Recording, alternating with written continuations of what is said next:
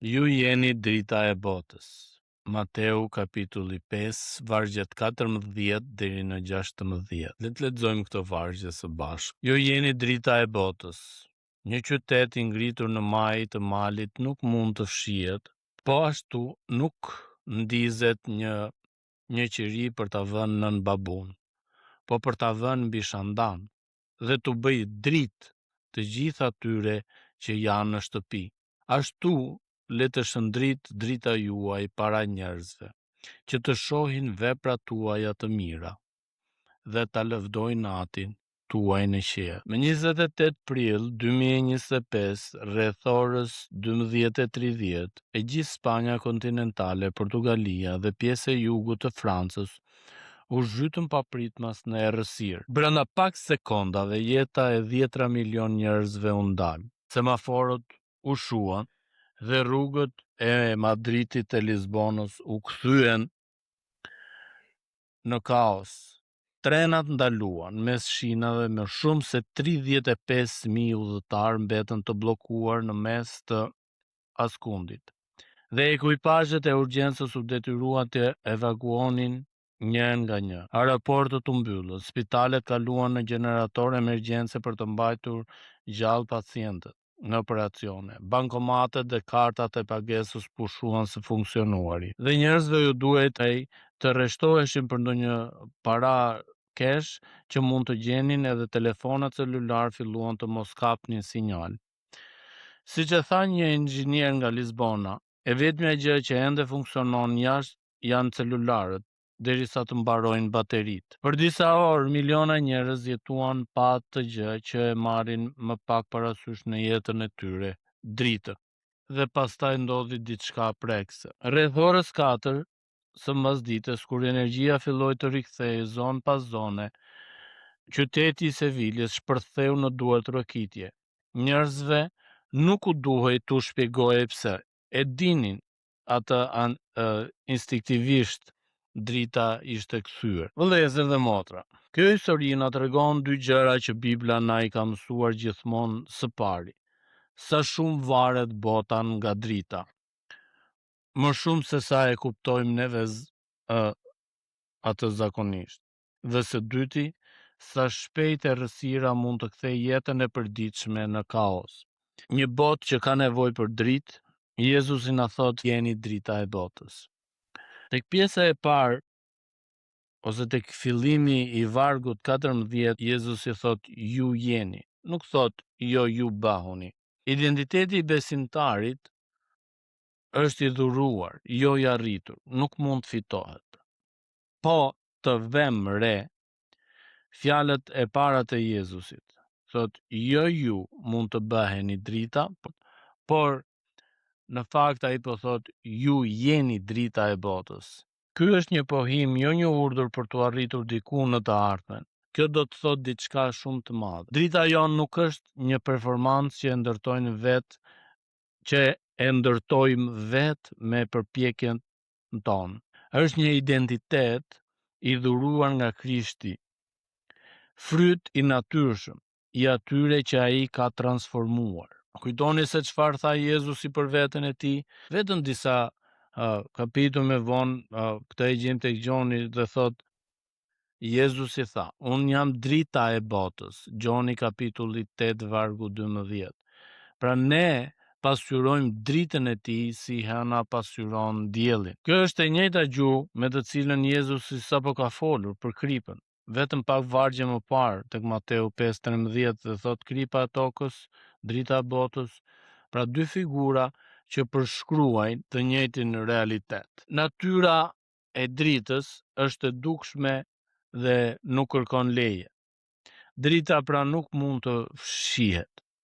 Jezusi përdor dy figura konkrete, një qytet i ngritur mbi mal dhe një qeri mbi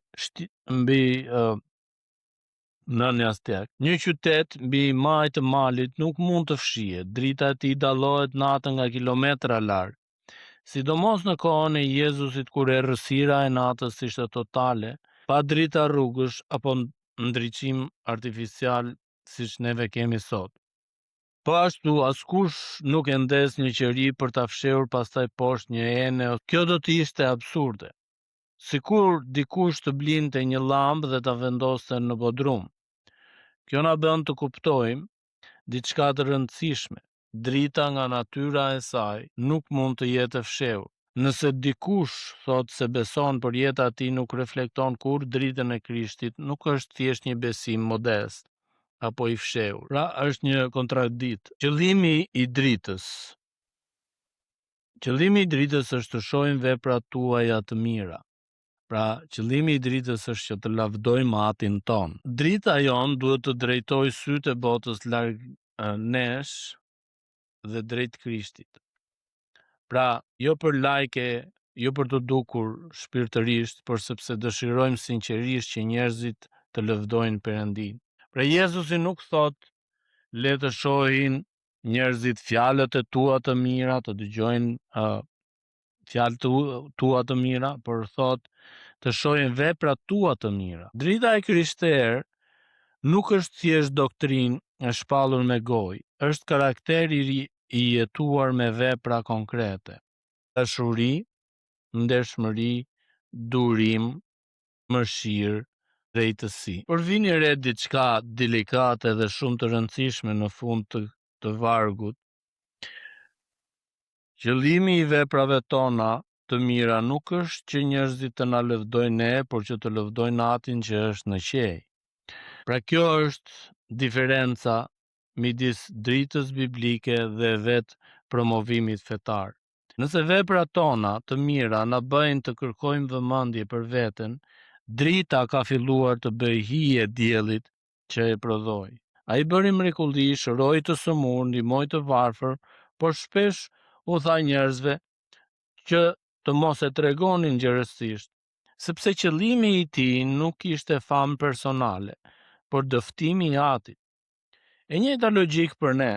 Drita jon duhet të drejtojë sytë e botës larg nesh dhe drejt Krishtit.